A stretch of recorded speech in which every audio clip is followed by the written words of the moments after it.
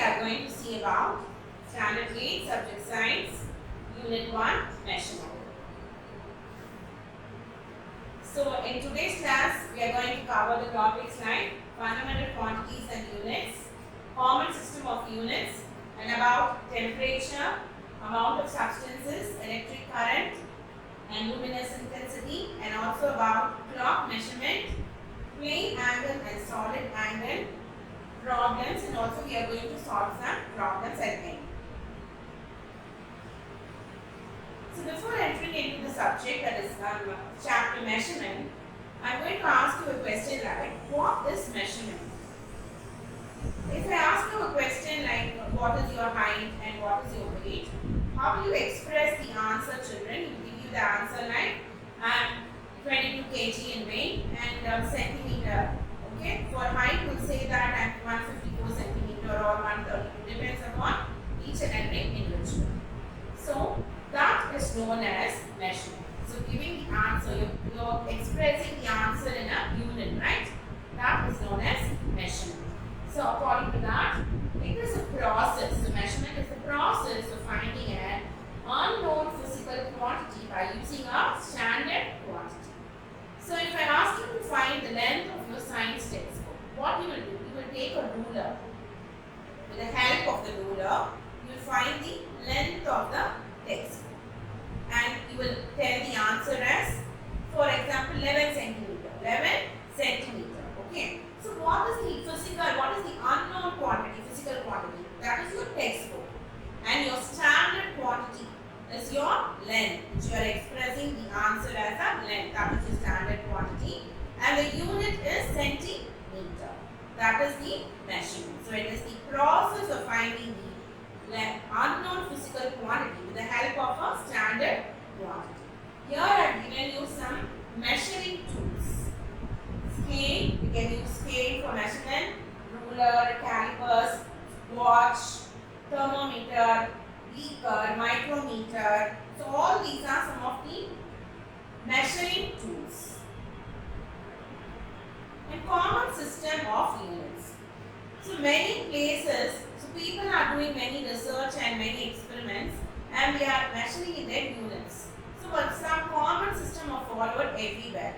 Earlier system, in earlier I'm saying, in earlier time, some common systems are followed in everywhere to measure or to calculate, to record all these measurements. So there are three common system of units. One is FPS, CGS, and another one is MKS system. So FPS means foot, pound and second, and CGS centimeter, gram and second, MKS meter, kilogram and second. So this is your standard quantity, that is length, mass and time, and all these are the units for that. Okay. This CGS and MKS system are known as metric system, which are most commonly used in many places. And now coming to international system of units. In many countries and many places, many scientists are doing researches and they are doing experiments. All these experiments and researches, they have got values, right? They are recording that value in the different units. So since they are recording in different units, there are lots of error, there are lots of problems in their researches. So in order to get rid of all these confusions, scientists have decided to form an international system of units, which should be followed all over places, which is common in all over places. So scientists have chosen first 7 base quantities. So these are the base quantities, and they also derived units for their base quantities.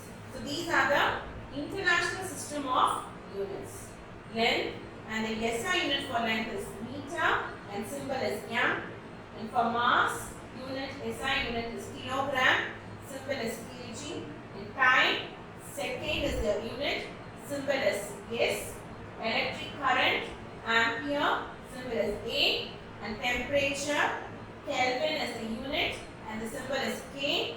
Intensity of light, SI unit is candela, symbol is C. And last one is amount of substance. substance, the unit is mole and symbol is MOL. So these are the 7 basic quantities with their units. And now we are going to see about temperature.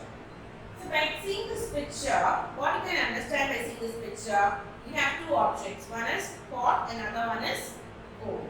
So if I ask you how it is cold, like how you are going to measure the cold and all that, for that we have some specific unit, right? So the unit for that is temperature. So temperature is the unit which helps to know the degree of hotness and the coldness of the object. So definition of temperature, temperature is a physical quantity that expresses the degree of hotness or coldness of a substance. So for measuring the temperature, we are using a device known as thermometer. It is of two types. One is digital thermometer and another one is laboratory thermometer. The SI unit of temperature is Kelvin. So these thermometers, they have some specific differences also, which you are going to learn about this in your higher classes. Next we are going to see about 3 temperature scales. So what are the scales which are used to measure the temperature? So one is Fahrenheit scale, F, which denotes F, and Celsius, which denotes C, and another one is Kelvin scale, K. So Fahrenheit is the name of the scientist. Okay, it's also a kind of parameter which is used to measure the temperature. So Fahrenheit is the name of the scientist who discovered this unit. And Celsius is also the name of a scientist, okay, who found it, and hence it is denoted as a symbol of C. So all these are most commonly used one measurement is Celsius, which is commonly used in everywhere. And these, like it has calculations like that. Fahrenheit can be converted into centigrade and centigrade can be converted into Kelvin. There is a problem and formula also which you will learn later. And next we are going into electric current. Electric current is also one of the base quantities. So what is electric current? It's a flow of electric charge in a particular direction for a given time. So electric current is a flow of charges, electric charges, okay, in a particular direction and for a given time. And electric current, we have a formula for that. Electric current is equal to amount of electric charges by time. So electric current is denoted by I and amount of substance Q and the time by, we have a formula. Electric charges is measured in coulomb and SI unit of electric current is ampere. So for each and every base units, we have a SI unit, specific units. The name of the device is ammeter, and this is the device which is used to find the electric current, amount of electric charge. Okay, the amount of electric current is calculated with the help of this instrument, and the name of the instrument is ammeter. Next we are moving into amount of substances. Amount of substance is a measure of the number of particles in a substance. So if I ask you a question, look at this picture, you can find out many copper coins. Okay. If I ask you like how many copper coins are there, it will just give you the answer by counting the number of coins. But if I ask you like what are the amount of, how much is the amount of substance present in each coin, it's very difficult for us to calculate that. So we have a specific formula also for that. Actually, the amount of substance present in each substance is directly proportional to the number of atoms which is present in that substance. So I repeat that definition. The amount of substance is directly proportional to the number of atoms or molecules present in each substance. For this, the SI unit for this is mole. So 1 mole is equal to the 6.023 into 10 to the power of 23, which is the Avogadro number. So that's the formula, okay, which you can able to calculate the amount of substances, number of particles present in each atom.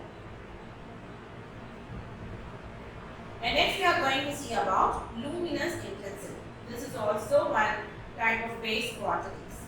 So see this picture, what you can understand in that. An umpire in a cricket ground, he is using an instrument, keeping a device in his hand, and is just finding out the intensity of the light in the cricket ground. So generally, usually in all the matches, the first thing this umpire used to check the intensity of the light with the help of this device. The name of the device is known as photometer. So why they are checking the intensity means, see even the match, you have many matches are, they are playing at the night time, right? So they have to catch a ball and they have to hit the ball.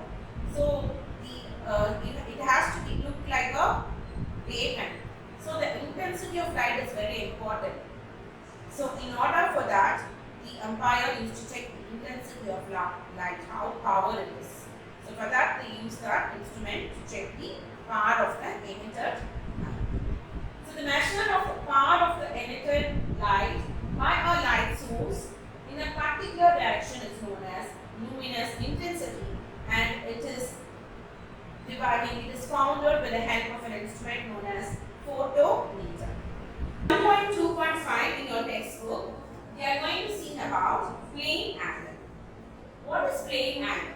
Plane angle is the angle made at the intersection of two straight lines or intersection of two planes. I'll show you now. This is two straight lines.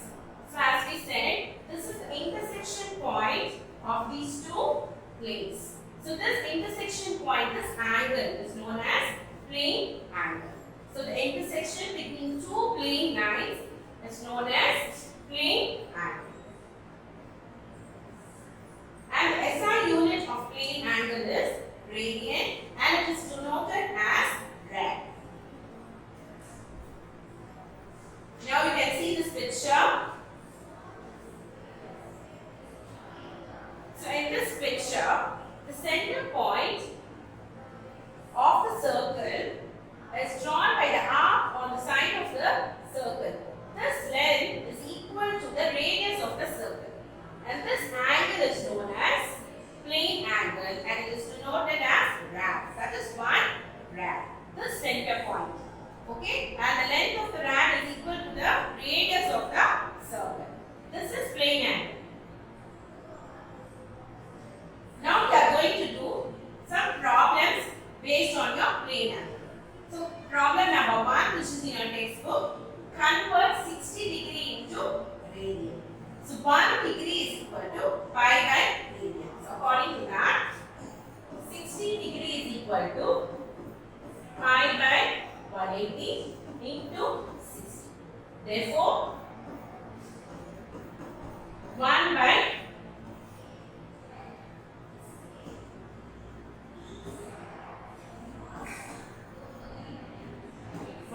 3 will be your answer. 1 by 3 radian will be your answer.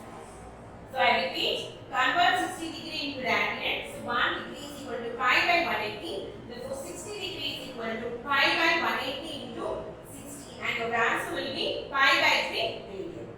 And problem number 2, convert pi by 4 radian into degree, which is 5 radian is equal to 180 degree. Therefore, pi by 180 by 4,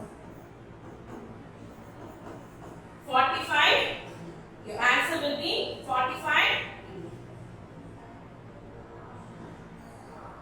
And next we are going to see about solid angle. Solid angle is the angle formed by 3 or more planes. Previously in plane angle you have seen the angle formed in between two planes, but in solid angle, the angle is formed by 3 or more planes intersecting at the common point.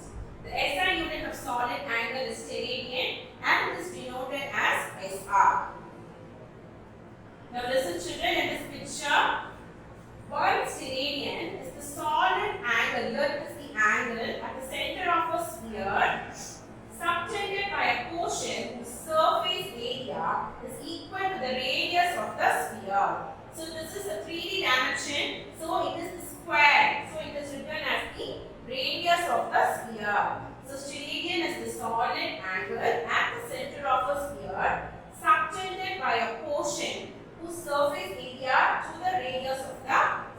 This is solid angle.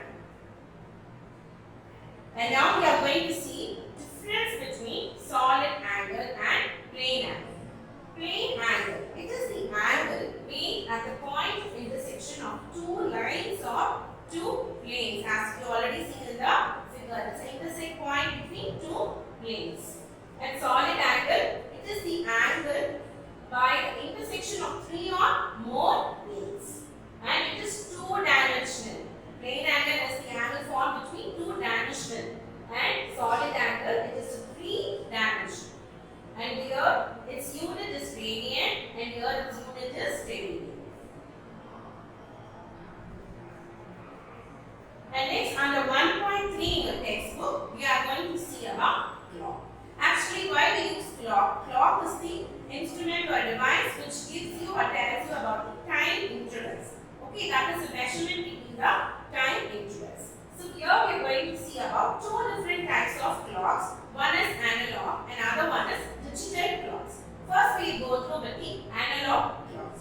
This is the analog clocks which we are using at your home, at your working place, anywhere. This is the common clock which we are used in many places. So it has three hands. Already you have known this very well. It has three hands. One is hours hand, which is very short and thick, and one is long, which shows minutes hand, and also another hand which is very thin, which shows the seconds. And now we go to the digital clock. So nowadays people are using, most of them are using digital clock. Even digital watch is also been introduced and people are using it, digital clock. I think you have also had experience of using this type of clock and also watch. In digital clock, the display has a display which shows the time directly. And it shows time in numerals. Numerals means a number. It may have 12 hours or 24 hours. Okay, you can have any time, you can also set the format. It shows date, month, year, everything will be displayed on the screen so that it is easy for you to know everything. And next, types of clock based on the working mechanism. So based on the working mechanism, the clock has been divided into two different types. One is quartz clock and another one is atomic clock. One is quartz clock and another one is atomic clock. So we'll see about quartz clock. Quartz clock, these clocks are worked and it is activated by means of a quartz crystal. The oscillations and the vibrations which is made between these quartz crystal shows the time for the quartz clock. So since it's working on the vibrations of this quartz crystal, this is quartz crystal, children. It looks like a small stone-like structure. It is embedded on the back of your clock or a watch. So due to the vibrations made of this crystal, it shows the time. The frequency of time is shown. And since this is working under the quartz crystal, the time is also very accurate. And next one is known as atomic clock. So this type of clocks works on the principle, or it works on the vibrations which happens within the atoms. So the vibrations which happens in the atomic thing. So because of that vibrations, this clock is showing the time. And most think this type of atomic clock is used mainly in the global positioning system. That is in GPS satellite. Multiple of atomic clocks are there, which shows the time and the signals accurately.